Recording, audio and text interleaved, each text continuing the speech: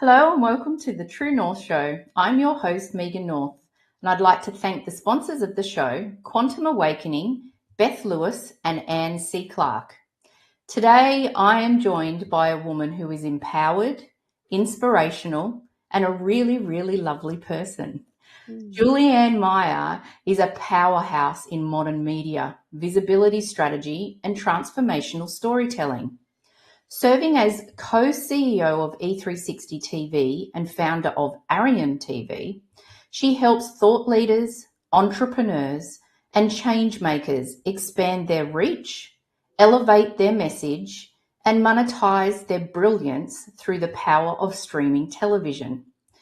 A best-selling author, sought-after speaker, and trusted media consultant, Julie Ann guides clients in building high-impact platforms that position them as respected authorities in their fields. With a rare blend of business insight and creative direction, she partners with visionaries to craft professional, monetizable shows and standout content in today's crowded digital space. Her on-screen presence is equally magnetic. As host of Seizing Your Greatness, she brings raw, powerful stories to life, amplifying voices of resilience, leadership, and purpose. Her conversations spotlight those who challenge the status quo and inspire real transformation. Through her coaching programs, consulting, and platform leadership, Julie Ann empowers others to be seen, heard, and paid for the value they bring to the world. Welcome to the show, Julie Ann. I'm thrilled to be having this conversation with you today.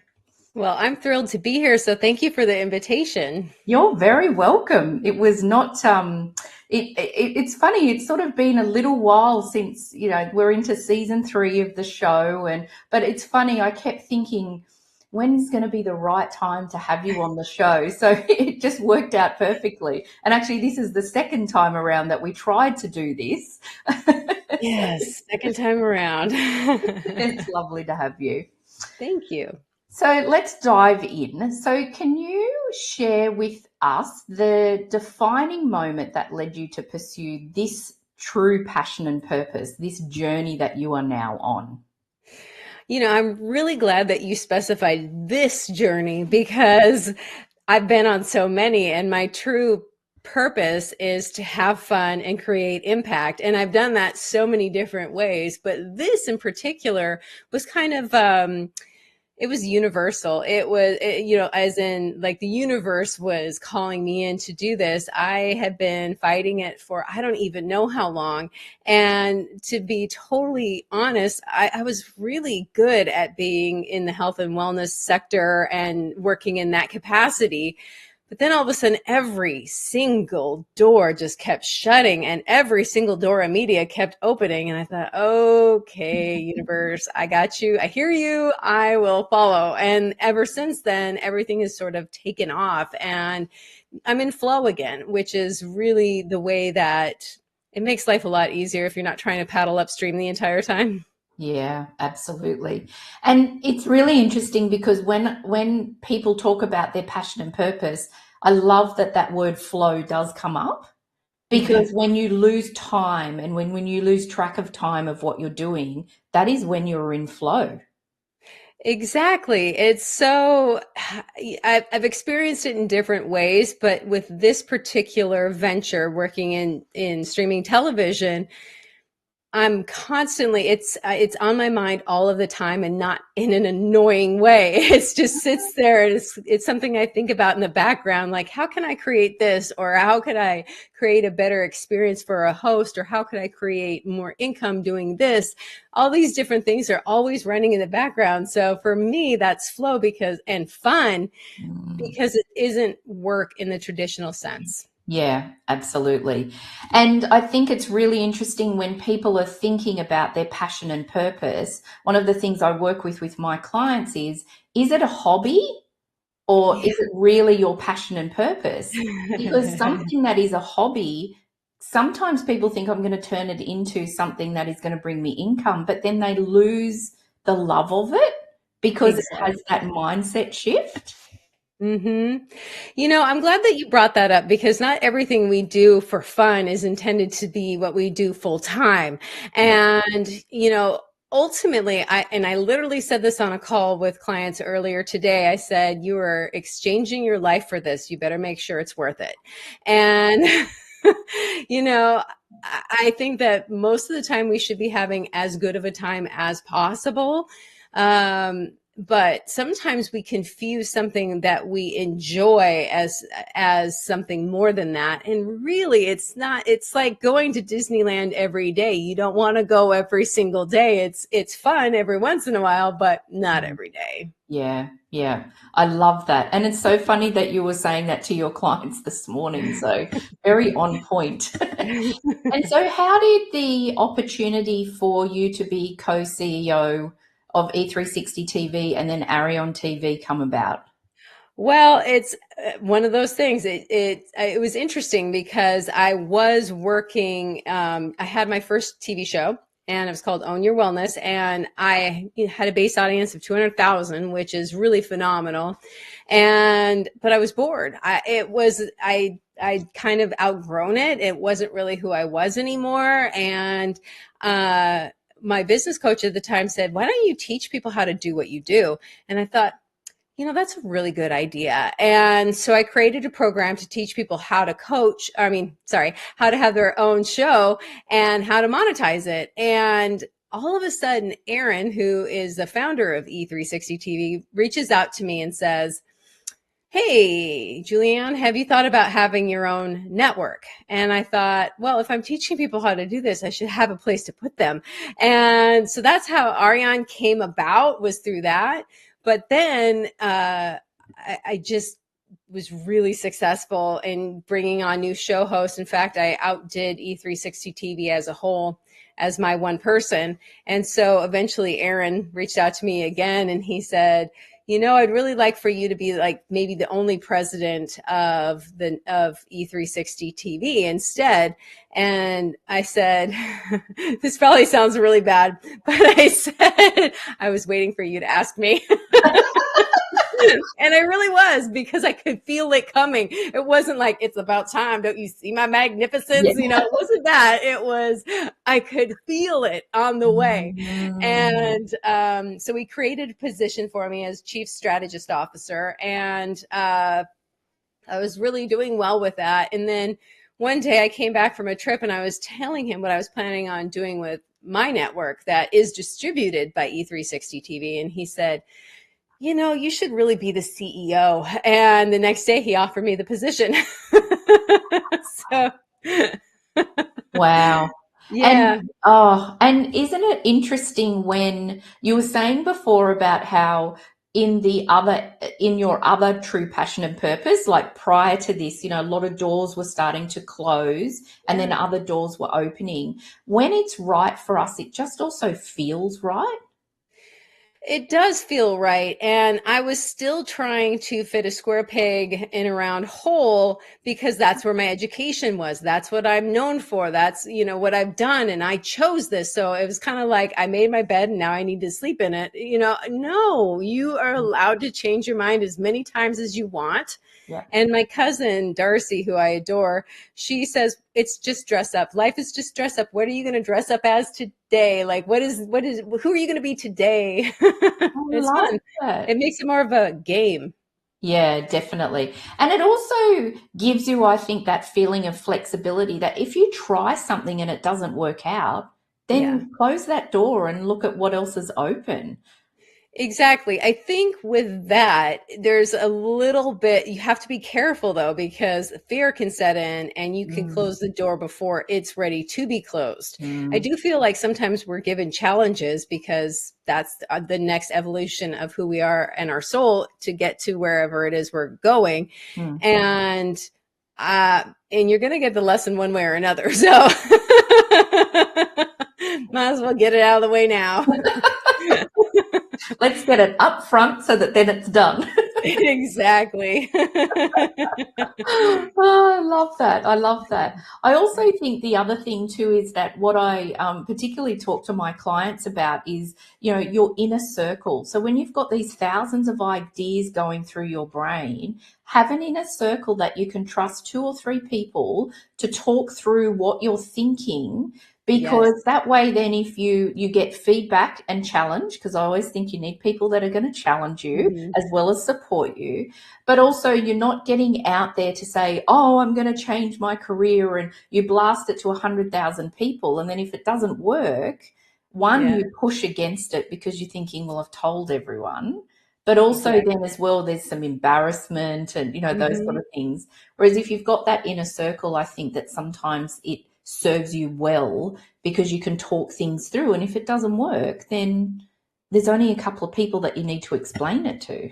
Exactly. And those people are there to support you and they don't think less of you. They're excited that you tried. And I think a lot of us are stuck in this idea of failure, but to me, failure is not even trying in the first place. And I love having my own inner circle. And for me, these people, they challenge me on the ideas that they agree with as well. So it's not just, what about this? What if you tried that? And they always have something bigger than what I plan. So, it's a good thing. It's fabulous to have people who see something in you that maybe you don't see in yourself yet. And for them to point that out really does make a difference.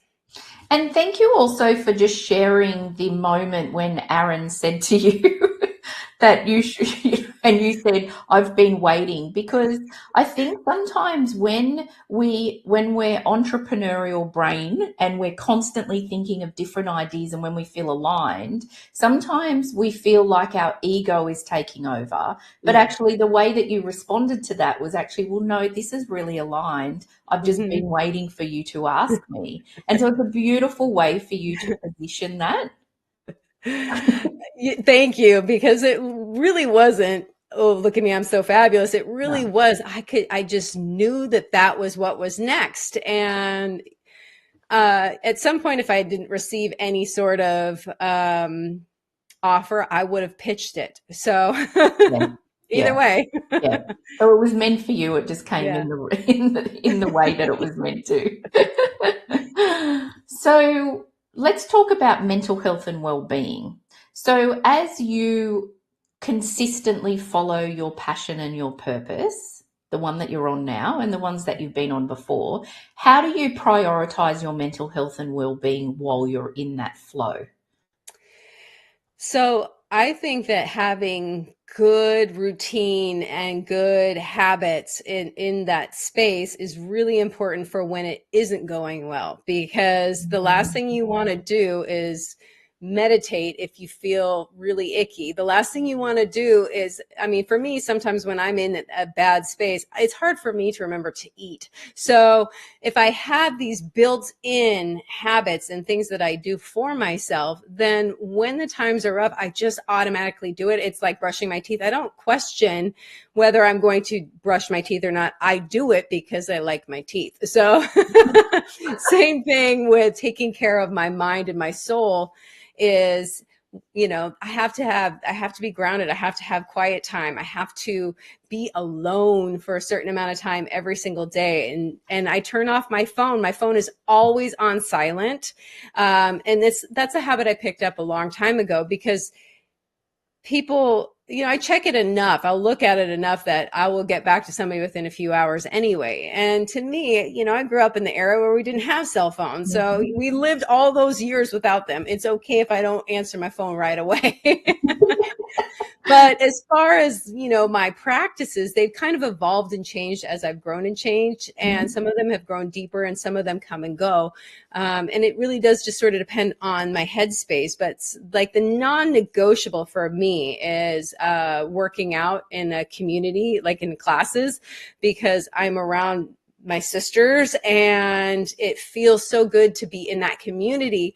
And I don't want to let anybody down. So I'm going to go no matter what, even though I know how to work out. I was a personal trainer, so I know how to do all that, but I go because I go for the community and I go for the ambiance and the accountability. So I just kind of, there's a saying, I run to burn off the crazy, and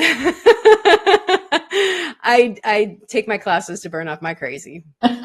Love that. I love it. Is there anything else that someone has given you, like oh, you should do this for your mental health, and you've tried it and it's been a disaster? You think, oh my gosh, this is terrible. You know, I've never I've never found anything that's been a disaster per se, but there are things that I will never do again.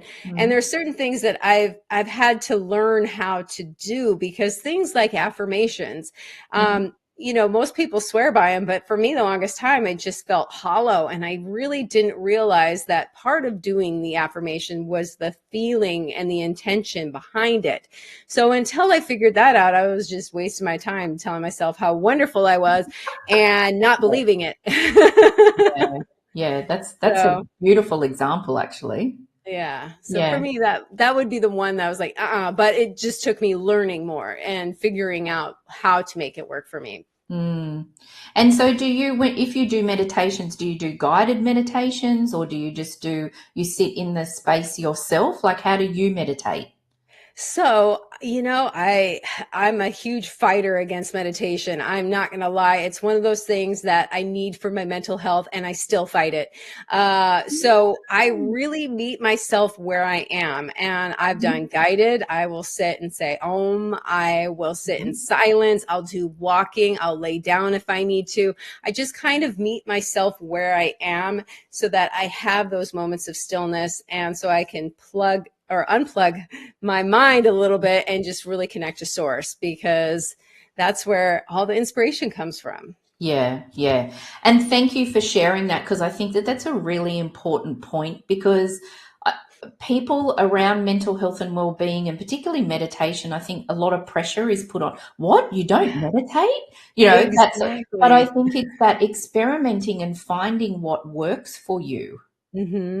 What does actually, and if meditation is absolutely not for you, then experiment and find something else that you can do that works for you.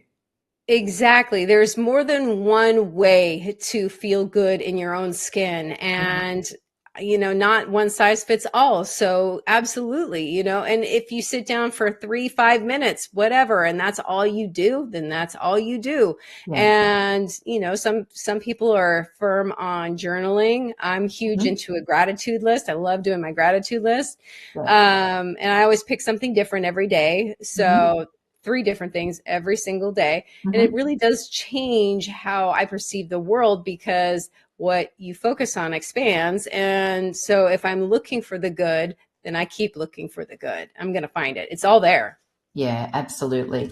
And gratitude is so powerful as well, because I'm clairaudient, so I get messages from my mum. So I hear my mum, Oh, I because love both that. of my parents have passed, but my mum is in my ear a lot. But then I get messages clairaudiently, and it's really interesting, because I know that when I'm grateful, and I'm constantly grateful, I can hear them cheering.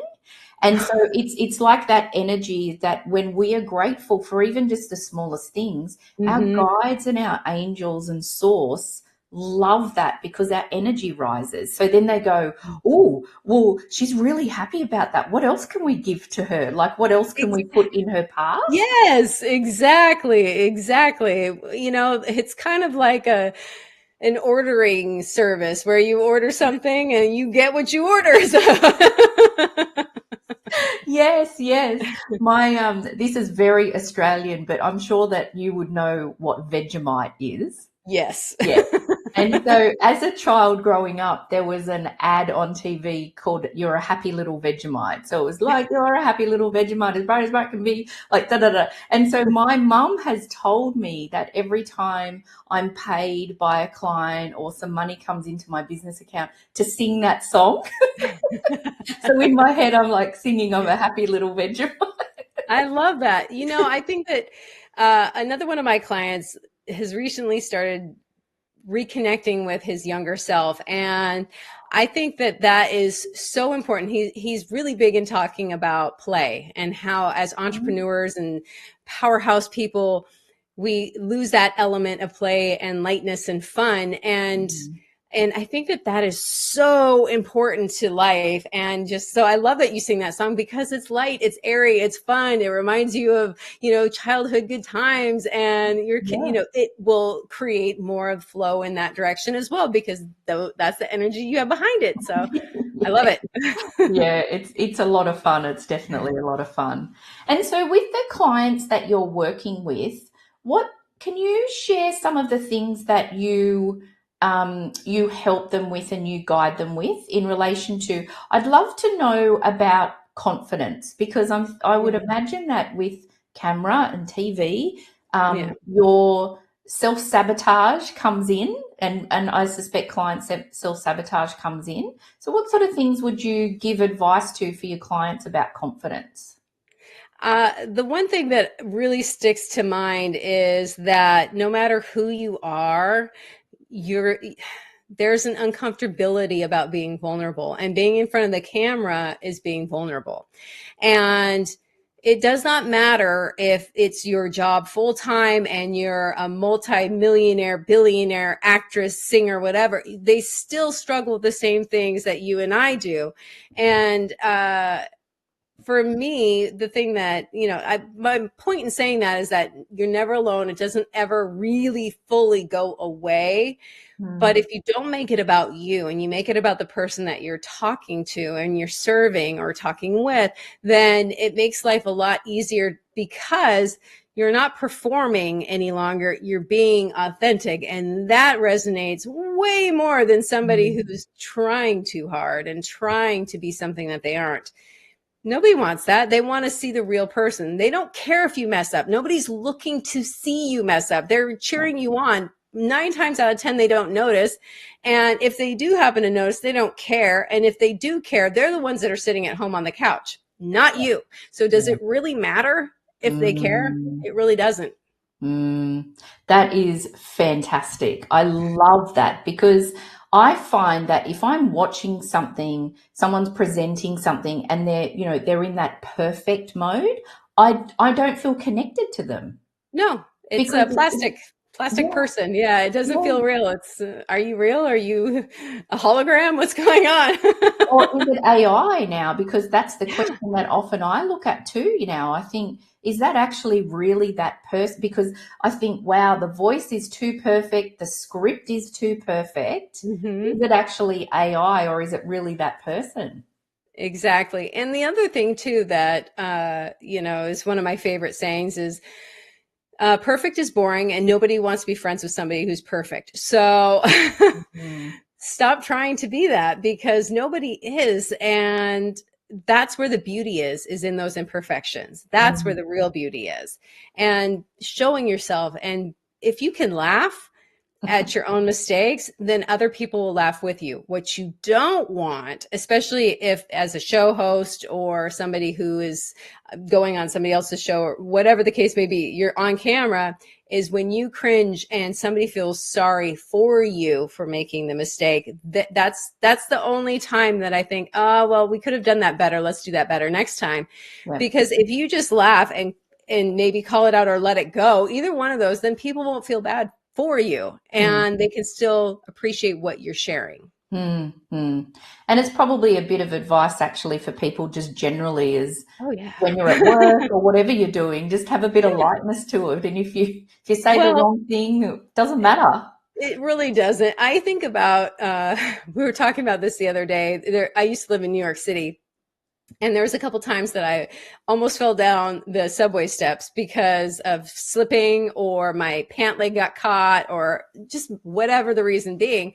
And my first thought was, oh my gosh, who saw me? Not, Yeah. oh my goodness, my femur is hanging out. There's none of that. It was just, so we're all in the same boat. Yeah. Yeah. Definitely. And you spoke before about just taking a couple of deep breaths and those sort of things Yeah. too. Is that just taking one breath, just stopping and consciously breathing, it completely rewires our brain, it calms ourselves. So in those moments too, it's just, let me just take a quick moment, a quick breath, and Mhm. then I'm going to recenter. I'm famous for that. My ex-husband used to always say, that's a really good breath, because he knows too that that does help calm your nervous system. It does help you bring you back to the present, because usually what we're fretting about isn't even actually happening in this moment. Mm-hmm. So really we're upset about nothing. Yes. Yep. Or we're worried about what someone else might think, and then no one's even noticed, or the person hasn't Yeah, even thought that anyway.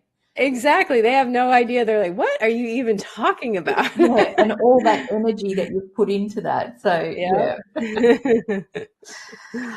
Okay, let's hear from the sponsors of the show. So we'll take a little short break, and then we'll come back. And I would then love to just explore with you a little bit more, how do you stay grounded?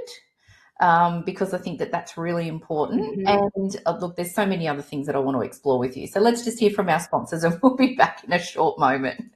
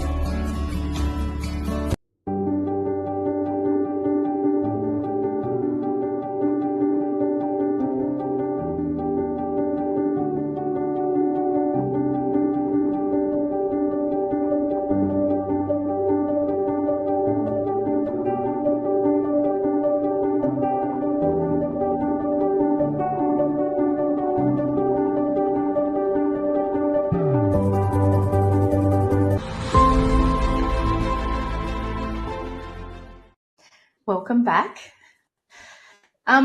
Julie Ann, I'd love to know, you touched briefly on being grounded, but Mhm. we're about to go into the holiday season, the crazy, Yay. but also the crazy season. We can be True. seeing family that may be triggering us.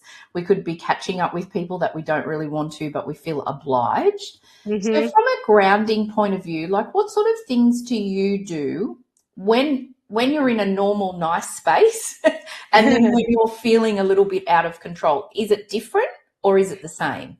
It is definitely different. It takes a little bit more when I feel out of control to bring me back. So, but the number one thing is I've realized is it's okay to say no. It's 100% okay to say no. If I don't feel like doing something, then I don't have to do it. I don't care who it is, and I don't care what time of year it is, because holidays are not easy. And even if you enjoy them, even if they're fun for you, but then you add in the crazies, you add in the death of somebody, you add in all these life things that make it so much harder. It's 100% okay for you to protect your own energy. Mm, And for me, if I were to say go to an event that I don't really want to, but I feel obligated to go to, I mm, have an out. I have a way that I show up and then I can leave when I need to. mhm. And that way I don't feel like I have to stay for the entire thing. I've made my appearance. I've said hello. I've spent time. I've broken bread, whatever the case may be. Yeah. But I always walk away when I'm ready, Mhm. because um, yes, my life isn't just about me, but it also isn't just about them either. So Mm. ultimately I have to make sure that my own peace is protected as much as possible. Mm-hmm. And I'm very blessed. I happen to live now in the Pacific Northwest, which is actually where I grew up, but where I live now is up at in the Olympic Peninsula. And that means if you've ever seen the movie Twilight, that's where I live. And it's all trees. It's so beautiful. So out my living room window, I can see the ocean, and out of my kitchen window, I can see the mountains. And so I just go out and I walk around. It doesn't matter if it's raining. There's a rainforest nearby. There's all sorts of nature, and that automatically grounds me. But if I'm really in a funk and something is not right, I will listen to music that pumps me up and makes me feel good. And that works really quickly. And if I have time, I will watch something inspirational, either on TV or YouTube, something that really fills my cup and reminds me of why I'm here versus feeling sorry for myself or feeling crazy because, I've put myself in a situation where maybe it's not the best for my own mental health. I love that. And it's really interesting when you said about, turning up at events and you've got that out, because I think sometimes what happens is I've noticed it myself that I've been somewhere and I've been spending time with someone, and then you can see them shift. You can see them change, and then you think, oh, have I said something wrong? Or, whereas actually when the time comes, I think it's better to just remove yourself from the situation. Absolutely. You're not doing anybody any favors by being there when you don't want to be there. Yes. You really Absolutely. aren't. Yeah. But you're Absolutely. right. I'm definitely one of those people too, where, as long as I have an out, then I don't always have to take it. Yeah. Yeah. It's just there in your mind. It's there. And I know that I'm free to leave. Yes. Yes. Yes. And so can you share a significant challenge that you've faced and how you've overcome it to stay aligned with your purpose? It's interesting. I've had a lot of significant challenges in my life, ones that are very traumatic. And so honestly, big things don't really affect me in the same way as small things do. And it's very interesting because the sky could be falling and I'm out there holding it up, because that's just how I am. But if somebody cuts me off in traffic, now I'm angry. And I mean, it has to come out somewhere is what I'm getting at. So I just feel like for me, when I start to notice these little things, like for example, if there's dishes in my sink, that means something's wrong. And I need to take a look inward because I don't leave my dishes in my sink. I just don't. So there's cues to me that, okay, now it's time to pull back and take care of myself, pull back. And what do I really need? What is missing? Am I physically tired, mentally tired? Is my soul tired? What kind of rest? What kind of recalibration? And then I act accordingly. It just depends on what it is in order to change the direction and where things are going. And there's a few other little details and things that I'm like, oh, better pay attention. This is myself saying, okay, you've had enough. Yeah. Need to take care. And self-awareness is so important. Yeah, it really is. And it's not, I think that sometimes we use self-awareness as a weapon against ourselves, as in, oh my goodness, I did this again. Or no, you know what? You notice that it's intended to help you move in a different direction because you notice it's not wrong. You did the best you could in that moment, no matter what. Yeah. But I think for me, the big thing is when I'm in my feelings or if something's happening, there's a time and a place for me to express them and let them out. But I need to do that. Otherwise, I'm ready to murder somebody who didn't do anything wrong. Yeah. And so it's coming out somewhere, like I said. So I just need to pay better attention to, okay, now it's time for me, because I tend to build it up. And so then all of a sudden, bam! The sink is piling over with dishes. I'm like, oh, no, no, no, no. Yeah. And then I just do a reset. And then it's, sometimes I think too, like our emotions, we keep that saying, we keep our issues in our tissues. Love that saying. Oh, I've not Yeah. heard that. Oh, that's Issues in our really tissues. good. Love that. And I find it to be so true. So sometimes if I'm, mad or sad or something, I will move my body in order to move the emotion and, honor it while I'm still experiencing it, but keep it moving. So I don't want to camp in that space for very long or forever. So it is important to honor it, but also to move through it. Mm. And then do you have a point, like have you got a tipping point where you're like, I think I'm in my own way, so then you work with other people, like do energy healing or anything like that? I always do energy healing and I always work with other people. To me, it's like more important than going to a doctor. Yeah. I I Yeah. think that there's just certain ways that we just need to take care of ourselves, Mm. and I can't do everything on my own, and I'm not the best at everything. That's why people hire nutrition coaches and personal trainers and things of that nature. I need help with. I'm not doing Reiki on myself. I'm not an expert in it, so if Yeah. I want Reiki, I've got to use somebody else. I do a lot of ceremonies too, a lot of things to release, a lot of things to celebrate, just different rituals so that I'm honoring the energy behind whatever's happening. I love that. That's really lovely. And you're right. Like, I mean, I think that sometimes, like I'm an energy healer, so I can quickly work through some things. But then Yeah. every now and then I'm like, I actually think I'm stuck, and I'll go to someone and I say, I've worked on this and da da da. And then they'll just say one thing. And I'm like, Yeah. oh, yep, didn't Yeah. pick that up. Well, that old saying, you can't read the label when you're inside the bottle. Oh, see, I don't know that one either. Oh I my love God. that one. I love that saying. I was like, oh, yeah. Oh, Yeah, because somebody was trying to get me to write my own bio, and I said, yeah, yeah. yeah, and you really can't. It's hard to see when you're in it. Yeah, definitely. And so, with all the work that you're doing now in this new purpose-led role and or roles, do you have a particular client story that really sticks with you?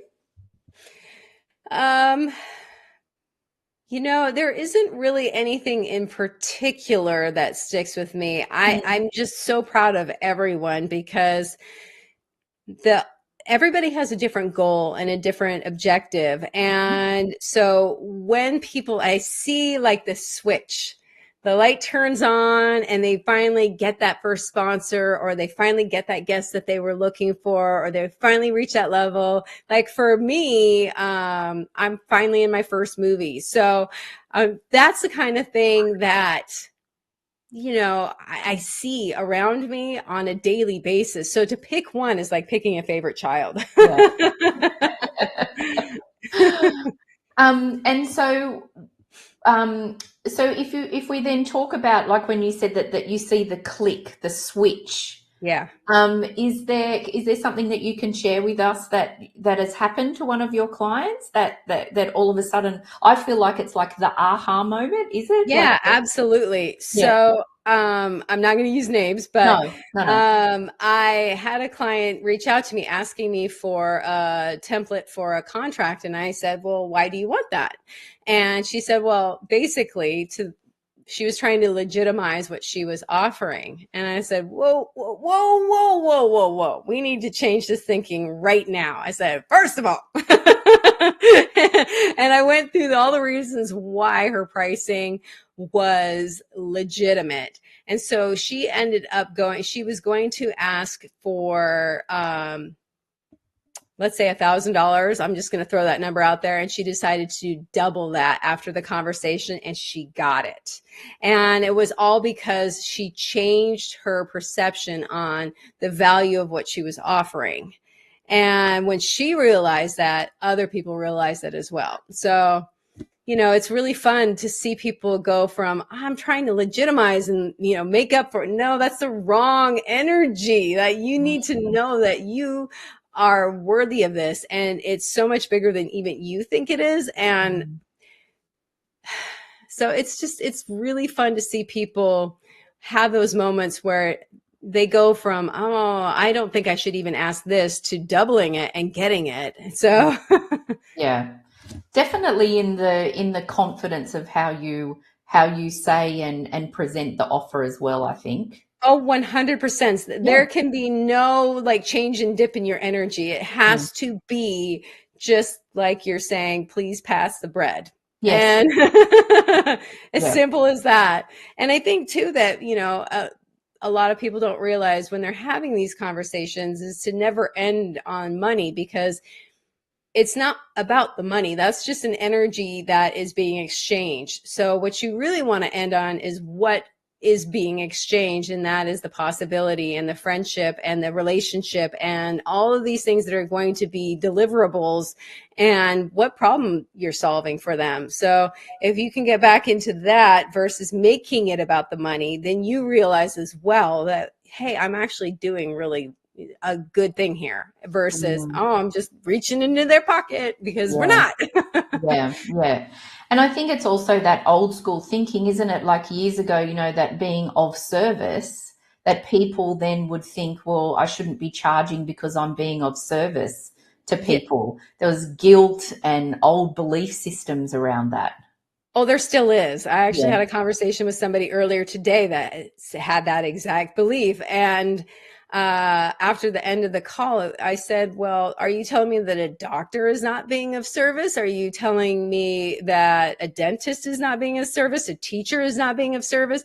Mm. Exchanging your life for this, and giving of your skill and your ability is being of service, Mm. and you are allowed to get something in return. Yeah. Energetically, it has to, otherwise you're ruining the flow of the universe. So Yes. Yeah. Yeah. And I also feel like too that with that exchange, I mean, yeah, money is just energy. And that mhm. exchange of energy, if it doesn't happen, then the other person doesn't value what you're offering either. No, they don't. And when people, for example, pay to be on a show versus not, the energy behind the guest is completely different. Yeah. And they're a lot more likely to share about it. They're a lot more likely, because they take it more seriously, because Yes. you take it seriously. So you Yes. set the tone by saying, hey, this is a value, and then they Yes. will treat it accordingly. Yes. Because if you treat it like, oh, I'm just doing this to be nice, then they feel like they're doing you a favor, when in Mhm. fact, that is not actually the case. Yes. So it doesn't mean that you have to be poor because you're giving. You can Yeah. create impact and money at the same time. Absolutely. Yeah. Absolutely. That's a really good piece of advice. Yes. Yeah. And so, if you were talking to someone and they were starting to think about and explore their passion and purpose, what advice would you give to someone? What's one or two things that you would share with them when they start their journey? I would say, one, it doesn't have to make any sense. Just what really are you interested in? Just follow that and see where it leads you. And also, you don't need anybody else's opinion on how you Mm. spend your life.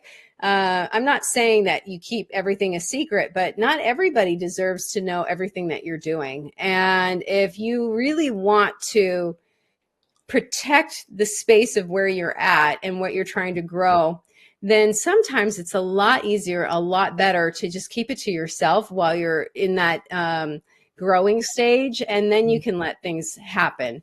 But the last thing that I really want to say is that people will say that you're crazy. People will not agree with you. And then when you do it, they'll ask you how you did it and how they can do it too. Yeah. So don't quit before the miracle, because then you're just crazy. Yeah. Yeah. And you'll regret it as well. Oh, 100%. You will 100% regret it. But, Yeah. people don't understand. And I've been told nobody's understood most of the decisions that I've made, but they'll support me as a person. And then when I do it, they're always in awe. Like, I can't believe you did that. I'm like, why are you so shocked? I told you I was doing it. Yeah. Yeah.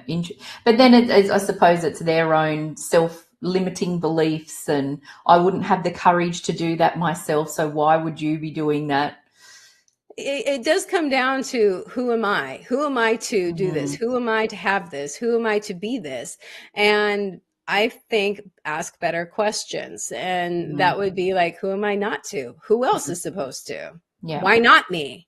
Yes. You know, That's those are way more powerful than, mm, well, why me? yes, yeah. And in Australia in particular, we have this, a very strong limiting belief of the tall poppy syndrome of don't blast on social media what you're doing, and don't talk about your success, and keep it quiet and be Mhm. humble. And it's quite interesting because there's a lot of people that they're very successful, but they just don't share it. And you start to talk to them and like, oh my gosh, how come I didn't know this? Yeah. It's quite interesting. It is interesting. And one of my mentors says it isn't bragging if you can back it up. Yeah, And yeah. and the thing is, you know, I'm like that too. I don't really talk about a lot of things that I do or what I've accomplished, but I also think that if I don't share, then I'm not letting other people know what's possible. Mm-hmm. Yeah. I'm not letting other people think about what's possible for them. And by not sharing, who am I really serving? It's Mm, not bragging, it's sharing joy. yeah. And in the delivery, the ego doesn't need to be there. The ego can No. be on the outside of the door, and you can deliver it in a way that actually there's confidence in what you're delivering, but there's no Yeah. ego there. You know, it's interesting. I think about a friend I have in New York, and he's actually quite famous now, an actor. But before he was famous, he used to have what I would consider a big ego because he was self-promoting all the time. But the thing is he would not be where he is now if he didn't self-promote. So, I mean, that was part of the process, and he knew it, and he did not care what anybody else thought. He was Mm, willing to just put himself out there, and yep. now he's pretty famous, and he's living his dream because he wasn't afraid to promote himself. Mm, And I think about that quite often because what if I wasn't afraid to? Then what would happen for me? So is there still fear that comes up for you in times of promoting things that you're doing? Oh, 100%. Oh, Yeah. really? I feel like I don't want to share. I feel like, you know, I rarely watch things I'm in because I don't like to watch myself. However, how do you get better? By watching yourself. So there's that too. But yeah, I mean, I will promote, like my books and things of that nature, but also because other people are involved in that. And if I don't, then I'm doing them a disservice. Yeah. So, for example, when I was filming for this movie, I had my hair and makeup done, obviously. And so when I was posting pictures so far behind the scenes, I'm including the makeup artist and the hairdresser getting their, you know, their work out there too, because they did a fantastic job. And that's a way I can say thank you. So Mm, why wouldn't I promote that? So it gives me an yeah. opportunity to make it about the team versus about me. And that's my workaround. Yeah. So I can do it. I always say to people, this show has got nothing to do with me. It's about the guest. I'm just here, just hosting it. Yes, but you are also an expert and you also add value to the conversation. Yeah. Even though you're leading the conversation, you're very much a part of it. Yeah. Yeah. Yes. Yes. Yes. Okay. So we're coming up to the holiday season, as I mentioned before. So what things have you got plans? Are you going away? What are you doing over the break? So actually, I just moved back to the Pacific Northwest, and that's where my dad and my stepmom live, and also my cousin and my aunt. And so we're all getting together for the holidays. We're all going to be in town at the same time. Mm-hmm. So this will be the first time in I don't even know how many years that we've all been together at the same time in the same place. So I'm Wow. really excited because I don't have to travel this year because I always would fly home to see my parents. Yeah. But this year I don't have to. I can actually walk there if I needed to. It's that Wow. close. That's how close they live. Wow, that's Yeah. amazing. Yeah, but because I live in a small town, it's kind of like a Hallmark movie. That's what my town looks like and seems Mm-hmm. like. So there's all kinds of little fun events that I get to do, like the tree lighting ceremony downtown and, Yeah. hot chocolate with Santa and all these fun things that I get to do that I would never have done Yeah. anywhere else because Yeah. it wasn't available. So I'm really excited for this year because it's a year of firsts. Yeah, beautiful. That sounds amazing. So, can you believe that we've actually only got a couple of minutes left? So, Yay. I would love Can't. to ask you the same question that I ask all of my guests before we finish our conversation. So, what is one lesson or truth that you've learned on your journey that you wish you had known earlier? It's actually something that it's twofold. One is that it costs more than you expect it will, and it will take longer than you think it will, and whatever it is for you. And Mm, that you are exactly on time for where you need to be. And by comparing yourself to other people's journeys, you're doing yourself a disservice. mm, All you need to think about is how you showed up for yourself and how you're up leveling yourself, your business. Because I think, too, the other part of that is that you can only grow to the level that you are mentally, spiritually, and also physically. So, there's this whole thing where you got to take care of the whole being. You can't just expect one part to take off and everything else go to the wayside. mm, And sometimes our problems with business are actually something that's going on in some other part of our life. So mm. if we are aware of that, then we can just sort of circle around and be a whole person versus I'm part here, I'm part there. We're one person. We can be all the things at once. Yeah, I love that. And that whole, trust in divine timing. When it's meant to 100%. come to us, it will come to us in the right time when we're in the right place. Exactly. It's funny that you would say that because my saying when I'm feeling out of alignment or I'm getting into the why is it like this or why am I, then I always say I take a deep breath and I say all is in divine order. And I keep Mm, saying it to myself until I calm down. It's exactly how it's supposed to be. And it really helps calm me down because I can't make good decisions from an elevated state anyway. So, and I can't see as much. We literally become blind to opportunities when we're not in the best frame of mind. yeah, yeah, that's amazing. What a way to end this amazing conversation. Thank you so much. I feel like you've shared so much that I have no doubt the audience is going to probably be taking notes or rewatching it because there's a lot in there. So I Oh, thank really you. feel blessed to have spent this time with you. And I also feel blessed to just be part of the platform that you've created as well. Oh, thank you. I'm happy to have you with us and be a part of the team and family. And I love your show. And I didn't tell you, I love your intro. It's so good.